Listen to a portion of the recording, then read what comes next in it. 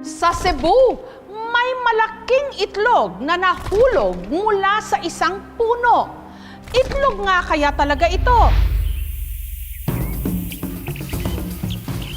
Habang nagkukumpuni si Winifredo kamakailan ng mga sirang tubo ng tubig sa Tabogon, Cebu, walang kung ano-ano. May narinig ako bumagsak galing sa puno ng mangga. Tinakbuhan ko, kala ko mayawak. Oo. At dito tumambad sa kanya ang isang napakalaking itlog. Pag tumingin ko sa lupa, itlog pala, lumaki. Hangad ko sa puno ng mangga, wala naman nakita kong ibon. Wala namang tao. Parang nakakabahan ako. Hindi naman ako nakita yung malaking ibon ito. Ang akong uyuan mga kaisda, nakakitag itlog. Mga sa oras sada. Snippy. Ang giant itlog, tumitimbang ng 1 1/4 kilo. Hindi hamak na mas malaki sa itlog ng manok. Bilohaba, makapalang shell, at dirty white na manilaw-nilaw. Magtubig. Muna hibong pamigunsa ni. Malangsa. Baong antod. Lumalabas na parang puti-puti. Baka itlog ng alien. Itlog ng kapre. Alien. Baka nahulog sa galing sa ispisip. Murag dinosaur. Bunga sa kuan. Yung liging itlog gali. May humahawak sa itlog. Baka ba swerte daw.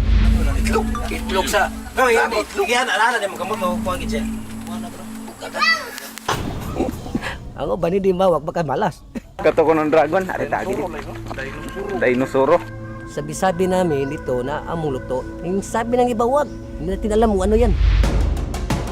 Ang giant itlog, itinabi muna ni Winifredo sa tray na may sapin at takip. Iniingatan pagka bababasag. Sa tingin ko, parang buwek. Dahil misteryoso daw, galing daw ito sa mga di natin nakikitang mga tao. So, ibig sabihin lang mga engkanto, galing sa langit, galing sa spaceship. Makatupad na makajowa sana ako. Dahil sa whole life, hindi pa ako nakipagjowa eh. Yung hinawakan ko yung itlog, tapos nag-wish ako, gusto ko lang pumunta ng abroad. Pero ano nga bang klase ng itlog ito? Parang Jurassic. Sa palagay ko, parang itlog ng crocodile. Baka itlog ni Lolong. Posibleng buhaya yan. Malayo ang dagat at sa ilog. So, wala namang farm sa Utsares dito. Tagal-tagal ko sa Tubogon, wala akong nakita. Dahil dito, sa pangunguna ng DNR sa Region 7 at nina Dr. Glenn Perez, Chief Veterinarian, at si Richelle Avila, Breeding Research Head ng Cebu Safari, sinuri ang giant itlog. Kasi ang buhaya, iba rin yung shape ng egg. Kung snake naman, iba rin ang shape. Wala din kasing known na species ng ibon or any reptiles na ganito kalaki yung itlog. Sinubukan din itong ilubog sa tubig. Pag ito lumubog, ibig sabihin bago yung itlog. Pag ito lumutang, ibig sabihin bugok na to dahil meron ng gas. Ilang sandali pa, So nakalutang lang siya. So ibig sabihin, bugok na to. Nang nakita niya to, luma na tong itlog na to. Umaalog na siya eh. So, wala siyang chick or embryo sa loob. matapos ang mga pagsusuri, sigurado ang kinatawan ng Cebu Safari na ang itlog na ito susunod.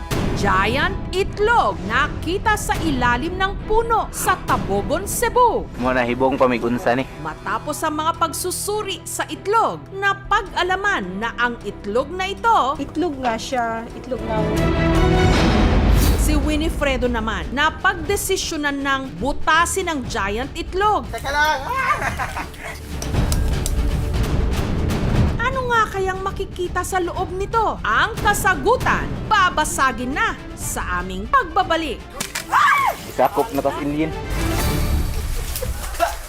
Giant itlog nakita sa ilalim ng puno sa Tabogon, Cebu. Muna hibong pamigunsa ni. Matapos ang mga pagsusuri sa itlog, napag-alaman na ang itlog na ito Definitely, itlog siya ng ostrich.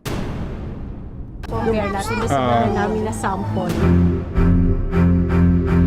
Para mapunta sa puno ng mangga na wala mga utris dito sa Tabogon. Ayun din ang hindi namin maintindihan kung bakit nagkaroon dito ng itlog ng ostrich. ostrich. May nest? Baka sinabit wala. Wala. Pero kung hindi mo nakita, baka iba yung bumagsak and then nandun na yung itlog sa ground. Hindi ko nakita galing sa ibabaw, puro may bumagsak ditong nakita ko. Yung nasa Sa lupa lang.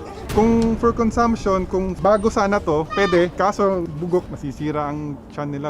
Ang tanong talaga is, sino talaga yung nagdala ng itlog dito? Sinamahan din ni Winifredo ang mga eksperto kung saan niya nakita ang itlog. Nakita niya yung itlog na nakatayo. So, ibig sabihin, nilagay talaga. Magtubig. Ang mga ostrich kasi naglilay sila ng eggs sa flat na area and then grassy siya. So sa ganitong lugar, hindi favorable sa kanila. Based on our record, walang permitted dito sa area na may ostrich in position po. Baka if yung may alaga ng ostrich, hindi na to napisa and then ibinigay or sa pilitang kinuha or binenta. As per investigation conducted, sir, wala naman pong naghahalaga ng ostrich dito. Pag wala silang mga documents galing sa DINA, sir, managot sila, sir. May karapatan po yung parusa sa base sa RA 9147, may penalties po. As in, pwede ka makulong at pwede ka magmulta. Dahil hindi naman mapapakinabangan ng itlog, naghukay si Winifredo. Baho na. Tasin ko yung laman ng itlog, babaon ko. Gamit ang martilyo at pako, sinimulan niyang butasan ng itlog.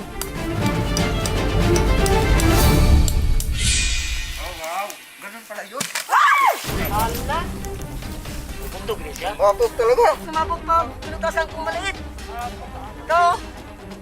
Wasak na wasak.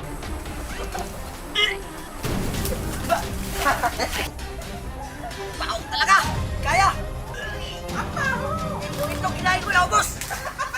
Hindi po ako nagsisinungaling. Hindi ko yung kinuha sa ibang lugar. At pumunta ako sa lugar, parang kumuha ng itlog ng ostrich. Kitang-kita ko sa puno ng bumagsak. Dapat pinabayaan at umalis lang ako. Sa mga bata, ang payo ko sa inyo, huwag niyong gagalawin yung malaking itlog. Baka bumabalik yung ina. Sabi nga nila, walang basagan ng trip. Pero kaya nariyan ang mga eksperto para basagin ang mga haka-haka at ipalaganap kung ano ang totoo at tama. Thank you for watching, mga kapuso. Kung nagustuhan niyo po ang videong ito, subscribe na sa GMA Public Affairs YouTube channel. And don't forget to hit the bell button for our latest updates.